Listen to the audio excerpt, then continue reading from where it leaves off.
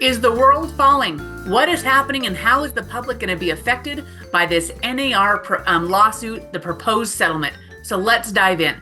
If you're watching this, I'm Jessica Cardon, your nosy neighbor here in Southeast Idaho. I work for Murdock Manwaring Company at Keller Realty East Idaho, and I'm passionate about real estate and education. So we're going to talk about the most important thing the public really needs to know about this, because there's a lot of kind of fear mongering going on, and what is really the one thing that matters to the public about this lawsuit. Then if you want to tune in and you're curious to learn more about the lawsuit, then go ahead and stay, because I'm going to go through all the practice changes that are in this proposed settlement.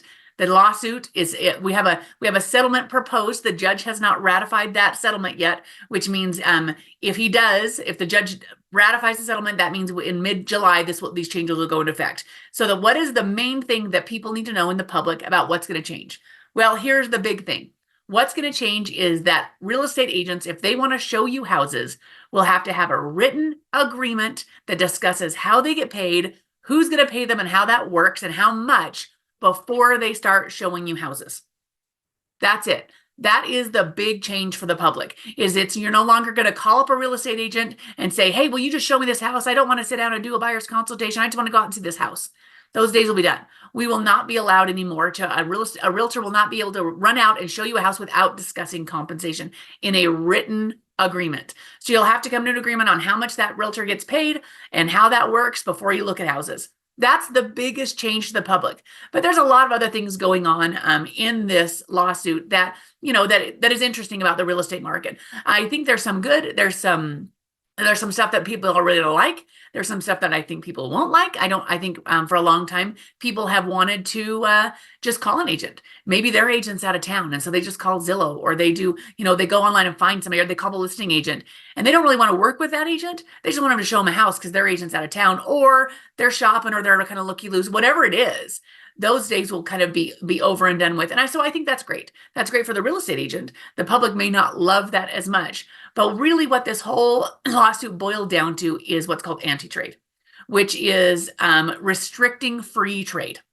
That's what it's based on. The lawsuit ascertained that people didn't feel as though there was free trade going on in real estate. There was price fixing.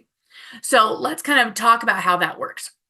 What really happens is when a listing agent takes a listing and they discuss with the seller compensation for the listing agent.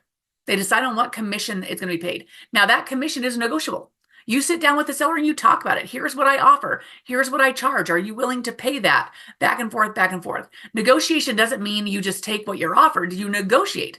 This is what I charge. This is what we're going to do when we come. And real estate agents can charge anything they want. The question is, it's the same thing with any other product. A seller has to agree that they're willing to pay that. There's always someone that'll do it cheaper, and there's always someone that'll do more expensive. So that is where that negotiation comes in. Once they decide that, sellers have often authorized the listing agent to offer a percentage of that commission that the listing agent's negotiated to a cooperating agent or a co-op agent. So they've offered it to the co-op agent saying, hey, if you bring us a buyer, I'll share my commission with you. That's what the listing agent's saying. If you bring us a buyer, I'll share my commission with you. And they could publish that in the MLS, which is the multiple listing service, which was developed so that agents can cooperatively help sell each other's properties, because that's the best thing for the seller. The seller gets the most exposure for their houses to find the most buyers. That's the best thing to help a seller, is the most buyers. So they developed an MLS, and NAR, National Association of Realtors, owns a lot of the MLSs. So the local association may be the owner of that, but they're managed by, or their oversight is through NAR. So if NAR owns that, they have rules. They say, you have to do this, you have to do that. And the idea is to be fair and to be able to make sure that there's fair practices. So that portion of the listing agent's commission that is offered to the buyer's agent would be published and said in the MLS, the multiple listing service. They have to say if they are offering a buyer's agent commission. And that was how it works. So if you as a buyer sat down and agreed to a certain price that you're going to pay your buyer's agent, and say, hey, I would love you to help me find a house. And the buyer's agent said, well, let's talk about it. And you come to an agreement on a price what that buyer's agent's willing to charge for their services. Now, the buyer's agent may say, hey, by the way, though, most sellers offer compensation that may cover that cost that I'm going to charge you. And it's in the purchase price. So where I think the the mix-up came through all of this is when a buyer didn't understand that that agent wasn't free because they didn't have to write a check. But they weren't free. That was in the purchase price. The seller had that included in the purchase price for the buyer to use, which means you could have that included in your loan and those kind of things. So I'll do another video on how that works with financing coming up, because those changes may also affect the public. So they may say, okay, I'm willing to charge X, and guess what? The listing agent's offering X for compensation to the buyer's agent. So you don't have to come up with any money. But what if they agreed to X and the listing agent's only offering Y and it's less? Then that buyer would normally be responsible for the difference because they had agreed, right? So that's where it got a little fuzzy, because I think a lot of buyers said, oh, we didn't understand that, or my agent never came back, or I don't know how much that other agent offered. It just all worked out. It just kind of came out in the wash. And so they were feeling as though there was no negotiation. The seller also said, I don't know that buyer's agent, and we're giving them money, and I don't know if they're doing a good job, or why do I have to pay for them? And they were feeling as though if they didn't offer something because it was public in the MLS, if they didn't offer it, would people show their house? Because you could see how much an agent would get paid house to house. Now, what I think, in my opinion, now we're going off just my opinion at this point, is sellers, if they felt like they had to offer a certain amount, then they felt as though they were restricted. But if I was a buyer's agent and I said, hey, we've agreed to X, but the listing agent's only offering Y, do you want to go see this house? Because you're going to have to make up the difference. And a buyer may say no. But I don't think enough of those conversations happened to someone for the buyers to feel as though they understood that. So I think that's where it got into the muddy waters, which leads to what is the biggest thing that will affect buyers from now on, is they will have to have that conversation and come to an agreement and understand where that money comes from, because it may not come from the listing agent. It may not come from a split on that listing, and they don't have to offer that. And they'll no longer publish how much that is on the MLS. So you've got to come to an agreement with your buyers, the buyers and the buyer's agents have to come to an agreement before they know what the compensation on a house is. So again, we're trying to not restrict the free trade, because if a buyer made a decision whether to see a house or not, based on whether the compensation covered what they agreed to on the buyers, is that really the way it's supposed to work? Or are you supposed to find a house you really like and negotiate that and go through that? So that's kind of where it was at. So what I'd like to do today is I'd like to go through the proposed settlement and look at each of the changes. So if you're curious about what it says and what are going to change and how that affects the industry, let's take a look. Okay, let's dive in. So I'm actually on page 28 of the actual proposed settlement with NAR, National Association Realtors. And this is where it gets into the legalese of practice changes. So let's just kind of go through the 13 items that will change. Again, there's not going to be a lot that affect the public. It mainly affects the real estate industry on how we do business. But in reality, there's not a lot that changes unless someone was not practicing the way that NAR and your local association actually told us to practice, which is have open conversations and negotiate commissions. So let's kind of go through this. So as this proposed settlement goes through, number one, the first practice change that's going to happen is we're going to eliminate and prohibit any requirement by the National Association of Realtors, we call that NAR or NAR, as you might hear some people, by realtor MLSs or board members, that listing brokers must make offers of compensation to a buyer brokerage or other buyer representatives, either directly or through buyers, and eliminate and prohibit any requirements that such offers, if made, may be blanket, unconditional, or unilateral. That concept is saying basically you can't fix the price. You can't say this is whatever my offer is. Number one, you don't have to make an offer. You don't have to say, hey, we will compensate the buyer's agent this much. You don't have to say that. You've never had to. It's just knowing, that that's what we do as practice, is we offer compensation to get a buyer's agent to be to say, hey, come and look at our houses. So they say you don't have to do it.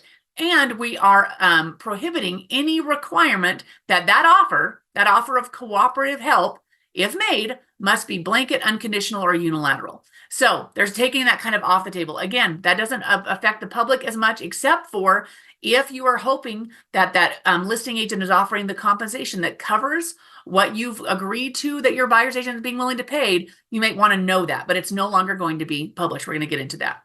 So the next one is going to say, okay, we're going to prohibit realtor MLS participants, so basically realtors, from participant subscribers or any other real estate brokers or other real estate agents and their sellers from making offers of compensation on the MLS to buyer brokers or other buyer representatives, either directly or through buyers. So that means they're not going to publish if they're offering. So as a listing agent, I'm not going to publish that I'm offering compensation to the buyer's agent.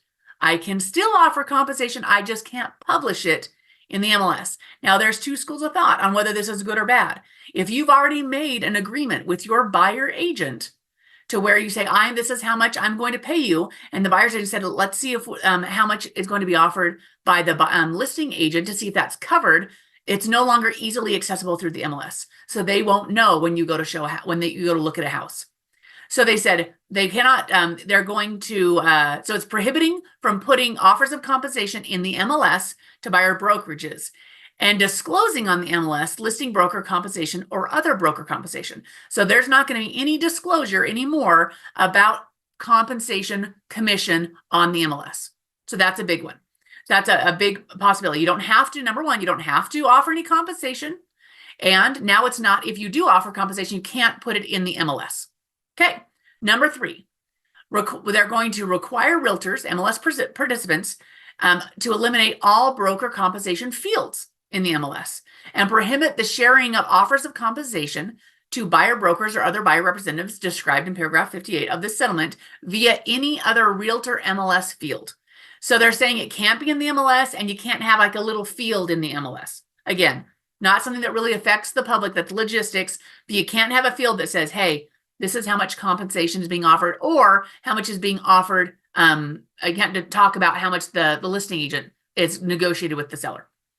Number four, they eliminate and prohibit any requirements conditioning participation or membership in a realtor MLS on offering or accepting offers of compensation to buyer brokers or other buyer representatives.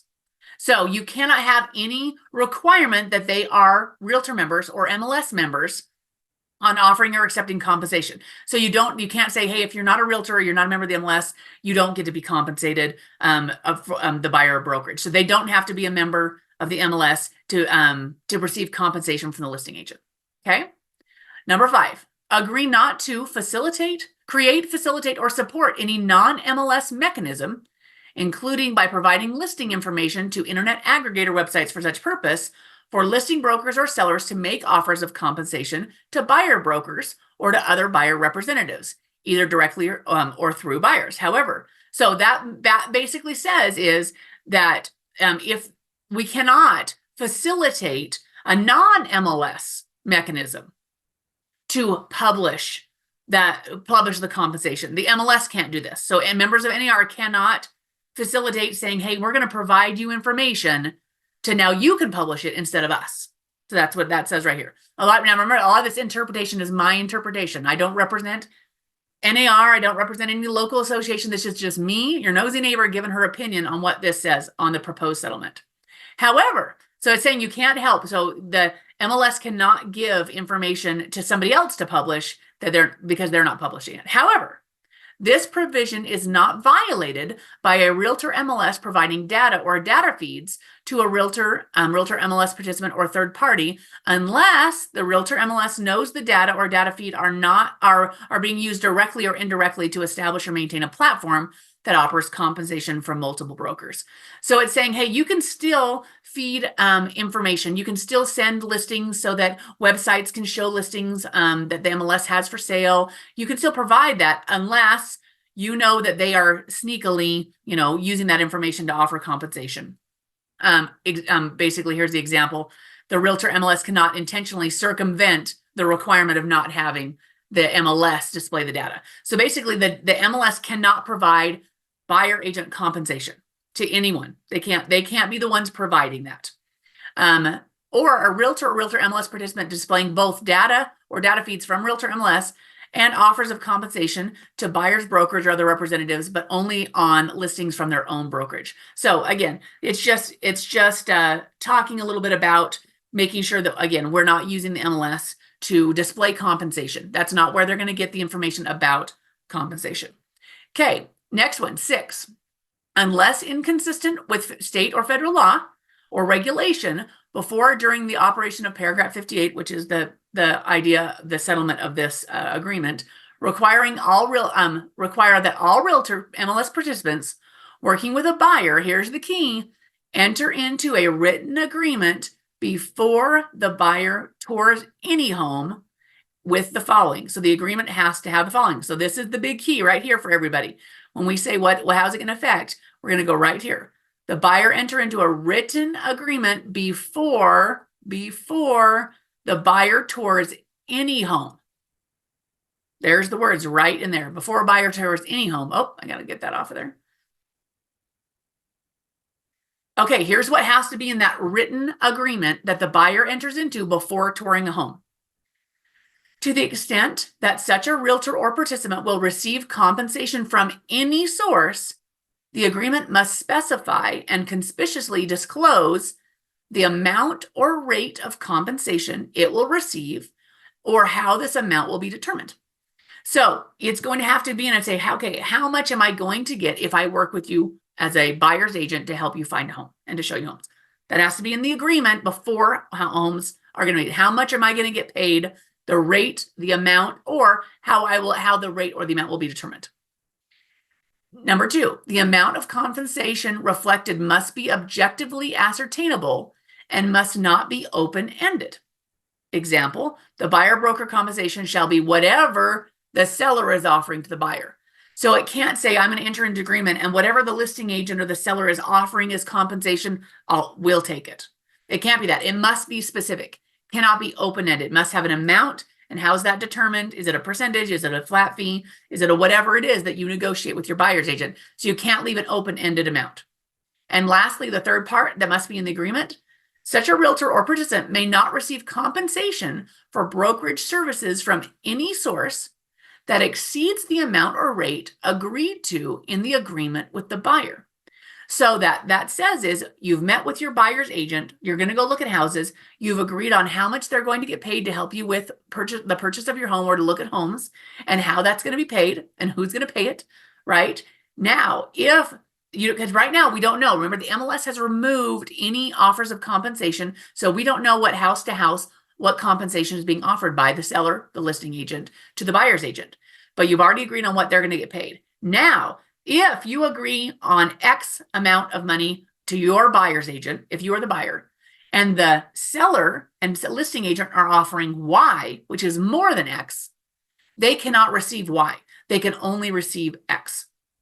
So they can't make more money as a result of that. Your agreement has to be the maximum, or they have to receive what you agreed to. So that's the big one. That's the big heavy hitter for the public and for buyers. So let's keep going.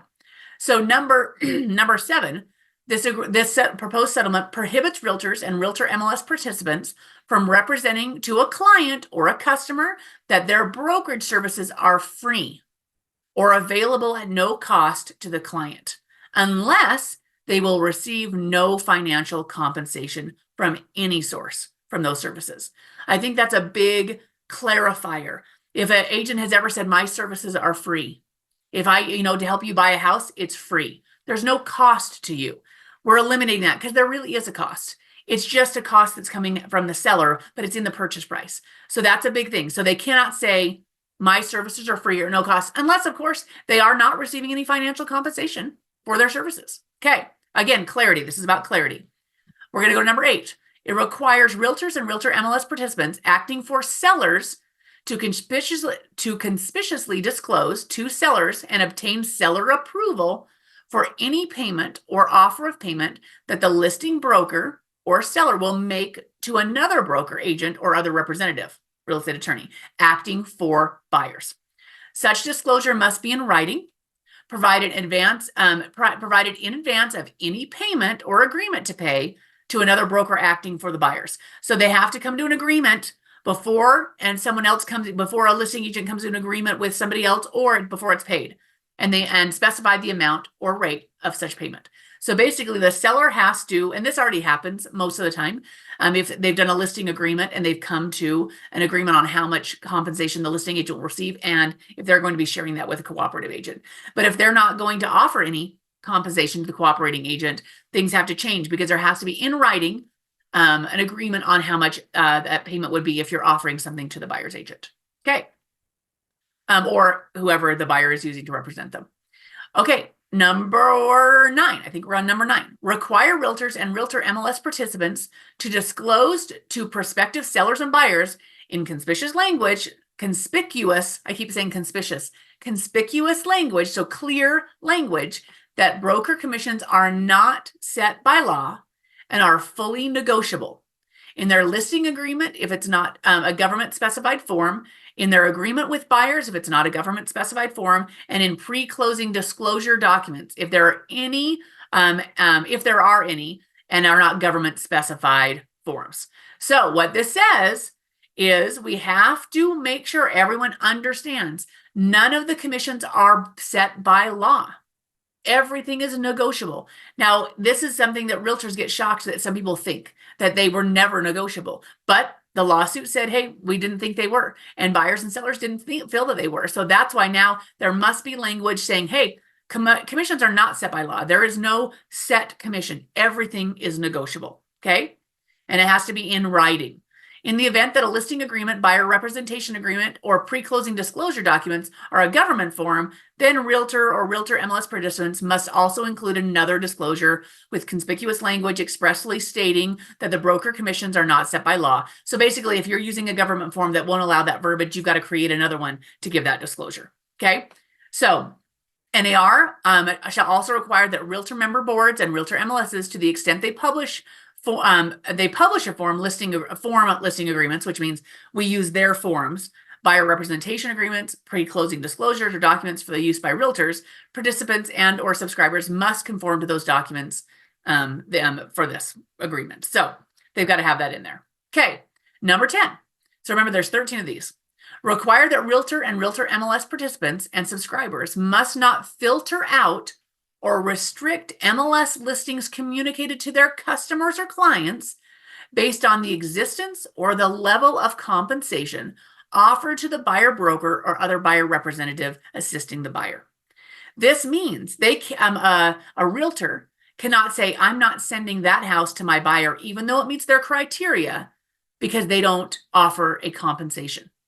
They don't offer a buyer compensation. So I can't restrict sending that to the buyer and saying, hey, you know what? Now, does the buyer have to do anything with it? No. So you've got to open that up. But of course, by eliminating that from the MLS, they're trying to help with that. So there's no way you can go in the MLS and see that. So if they set them up on a listing alert, those should go out either way. Most realtors that I know don't restrict that. But I know some buyers that say, I don't want to see houses that don't have the compensation offered that meet what we've agreed to, because I don't want to write a check for that money later. I want that to be covered in the purchase price.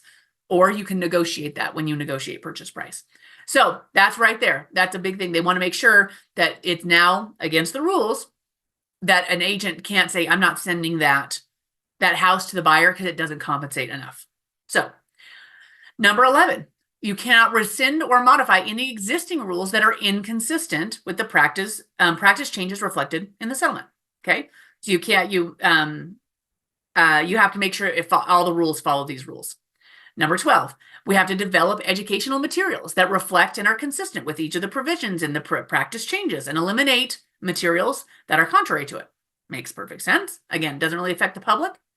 And 13, I think this is one that is going to be interesting to see how this plays out as the proposed settlement, if it gets ratified, getting a little more clarification on this. The practice changes in paragraph 58 of the settlement agreement shall not prevent offers of compensation to buyer brokers or other buyer representatives off the multiple listing service, the MLS, or it will not prohibit sellers from offering buyer concessions on the realtor MLS. Example, for buyer closing costs, so long as the concessions are not limited to or conditioned on the retention or payment of a cooperating broker, buyer broker, or other buyer representative. So what this says, if we look at number A, this will not prevent a buyer, a seller, or a listing agent from offering compensation. So compensation to the buyer broker is not going away. It's not going away. It just can't be on the MLS. It means they can't publish it, which basically means you can't decide what houses you're going to show because you can see how much compensation is offered. That's really the crux of this. So we can still offer that. You can still offer that as as something to say, hey, come buy my house, or come sell my house, bring your buyers, and I'll offer you compensation for that. That still can happen. I want everyone to know that. That can still happen. Just can't happen as published on the MLS. And the sellers can publish on the MLS offering buyer concessions. Things like I'd offer this much of a concession to help a buyer with their closing costs, or a carpet allowance, or to help you buy your rate down, or any of those concessions. Those can still be offered and published in the MLS. So a seller can offer that to a buyer brokerage, as long as the concession is not conditioned on the payment going, it's conditioned that I'm only offering concessions if you do this, or if you have a cooperating broker or buyer broker on your payment, that you're paying a broker. I will give you these concessions if you're paying your broker, your buyer's agent. It cannot be conditional upon that. So it just says it's not limited to or conditioned on the retention or payment of to a cooperating broker. So that is really it.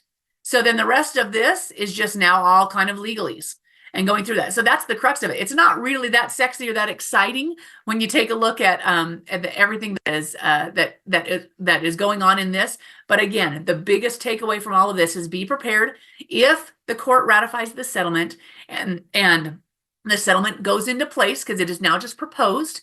If that happens, the biggest thing the public will see is that they will have to enter into a written agreement and understand how that buyer agent that's going to show you homes is going to get paid and how much before they'll show you homes. That's the big deal. And they won't know if there's compensation on that house offered to cover that cost from the MLS, because it won't be in there anymore. That's it. Pretty easy. Well, I hope that if you ever used a Murdock Manwaring Company agent, that you've sat down and done a buyer's consultation before you looked at houses, that they've really encouraged you to do that, because we really have always practiced this. So to understand how someone gets paid and how that works, and before we get into a relationship, to make sure we're a good fit. So I think it's going to be a simple, easy prospect. I think the public will have to kind of get used to that a little bit. But other than that, I think it's pretty great. And I think that transparency is never a bad thing. But there will be changes to come. I've just gone through the basics of what this proposed settlement is, but there'll be more clarification how it will get implemented. There's a lot of things it affects down the road that we don't know how that will affect it, on things like government loans, and what if the seller won't pay, but you want to roll it in, all of these different things. So make sure you're subscribing and following, because there'll be more videos as more information comes out, as we get down closer and more clarification comes out, if this settlement is ratified. If you have any questions, or you're looking to sell a home or buy a home, and you would like to come to someone who is very experienced and would love to help you and clarify any things, I would love to help you with that. All my information is below. This is Jessica Cardon, your nosy neighbor, keeping you in the know.